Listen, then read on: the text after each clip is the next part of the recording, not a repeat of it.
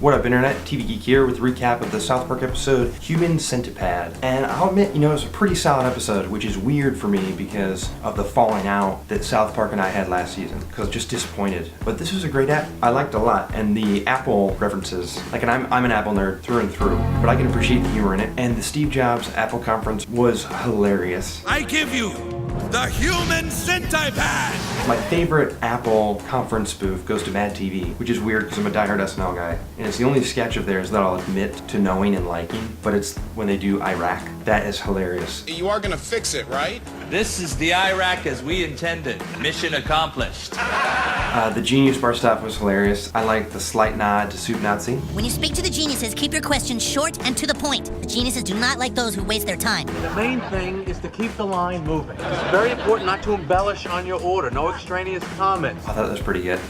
When the human centipede action is going, what's funny to me is the way that his head like violently shakes. And they also nailed that in the episode with the midget. The worms are like bullets. And I let them pass right through me. But the way that they animated that midget walking, it was great.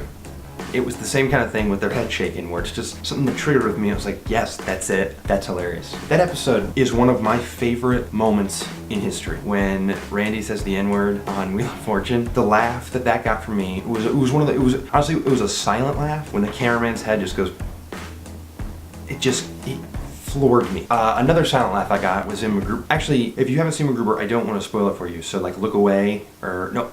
I know, mute it and like kind of squint your eyes but still kind of look at the screen, and I'll flash something when I'm done talking about this. Okay, so mute it, and then, okay, when they reveal MacGruber's notebook, I couldn't breathe. I couldn't breathe. I was sitting right here on this couch, like just smacking my hand on the couch, doubling over, like where I was just like, silent laugh. It couldn't come out because it was just so funny to me. It was exactly the same way I acted about 8 times throughout the movie Aladdin, which I saw in theaters Christmas Eve '92 with my Aunt Jane. Anyway, Randy saying the N-word, silent laugh for sure. Okay, MacGruber people, come back and rent MacGruber. You wanna go?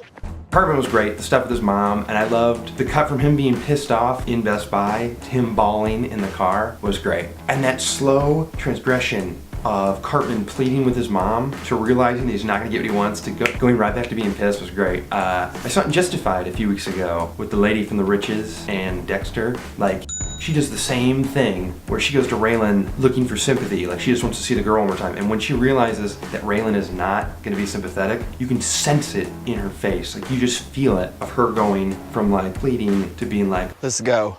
She's good. I got chills during that scene. Anyway, rating, I'm gonna give this a 9. It was a great episode.